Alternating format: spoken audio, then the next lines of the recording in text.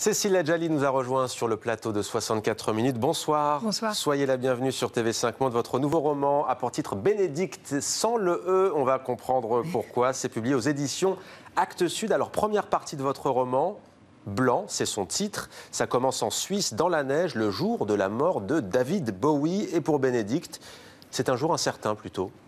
Oui, cette musique, c'est un petit peu la bande-son du roman. Ça va faire un peu midinette de dire cette chose, mais je l'assume. J'ai commencé à écrire ce roman le matin où j'apprenais sur les ondes la mort de David Bowie, qui était un petit peu mon idole.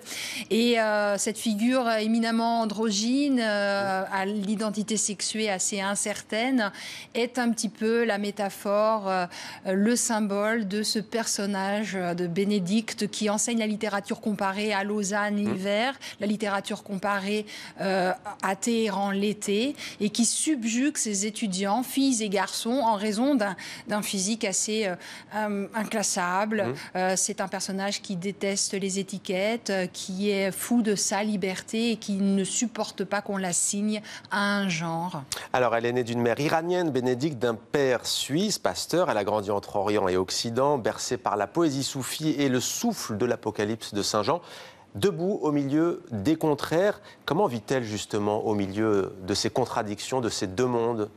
Elle vit assez mal les choses parce que Bénédicte a le sentiment d'être tout, d'être une espèce de miracle syncrétique réunissant le masculin, le féminin. Elle est...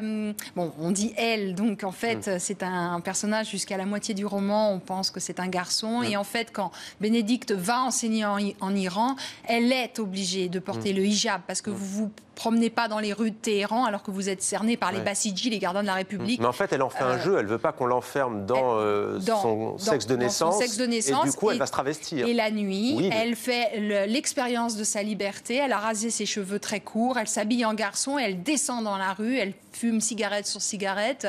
Et elle a l'impression à ce moment-là d'être libre. Elle ne supporte pas qu'on l'enferme dans une catégorie sexuée. C'est pour ça qu'elle a dû quitter l'Iran quand elle a eu 13 ans et qu'on lui a mis un hijab sur la tête. Avant, elle avait l'impression, bon, bien sûr, d'être une fille, mais elle n'était pas que ça. Elle était aussi garçon, elle était ciel, elle était terre, elle était eau, elle était feu. Elle était une espèce de syncrétisme magnifique. Et quand elle est en Suisse, par exemple, elle a beaucoup de mal à supporter la tragédie des migrants qui est en train de se jouer à ce moment-là.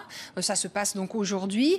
Et la tragédie des migrants, c'est une tragédie des frontières, des checkpoints, des barrières. Et elle traverse tout cela.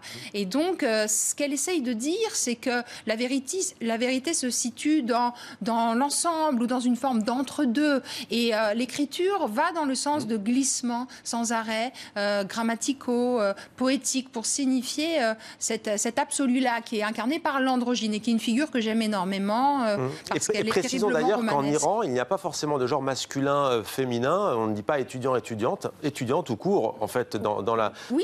Vous jouez de ça aussi, hein, donc vous avez enlevé le E, Bénédicte, effectivement, sans le E. Elle choisit la littérature comparée, vous l'avez dit. Qu'est-ce que ça lui apporte? Ça lui permet de mettre en contact justement la sphère orientale et la sphère occidentale. Elle a été élevée par une mère iranienne et un père suisse, et donc toute son enfance, elle a entendu deux textes sacrés, la bercée le soir au moment de se coucher, l'Apocalypse de Jean, et puis le Cantique des oiseaux du grand poète soufi Attar. Et elle a tout de suite compris, tout enfant, qu'il y avait des points de contact merveilleux entre nos deux cultures, l'occidentale et l'orientale. Comme dans la littérature comparée, on peut bondir effectivement. Fait ce travail-là de suture, elle coud ensemble les consciences et puis les cultures à une époque où elles sont dramatiquement séparées et elle rêve d'une réconciliation entre les mondes. Mais peut-être que Bénédicte est une sorte de messager, d'ange venu sur Terre un peu trop tôt pour dispenser une parole que les consciences ne sont pas encore prêtes à entendre. Et elle prend des risques inconsidérés en Iran. Une partie blanc, une partie noire, et puis l'épilogue. Et vous dédiez ce livre à Mahnaz Mohammadi. Pourquoi elle? Dites-nous qui elle est. C'est une femme extraordinaire qui, au moment de la Révolution verte en 2009, quand Ahmadinejad a été réélu, elle est descendue dans la rue avec beaucoup de... Elle est belle, hein, avec beaucoup d'étudiants pour dire que ces élections étaient truquées. Elle a été accusée de complot contre le régime et enfermée plusieurs semaines, plusieurs mois à la prison politique de Téhéran, la prison d'Evin. Là-bas, il lui est arrivé le pire du pire, mais elle en est sortie. Elle est cinéaste, écrivaine. Est-ce qu'elle peut toujours tourner? Est-ce qu'elle écrit? Non, pour l'instant, elle pense beaucoup, elle réfléchit, elle prévoit des choses, mais elle a réussi donc à sortir vivante de cette prison. Je l'ai vue l'hiver dernier, il y a 1 an à Téhéran. Elle est sous surveillance.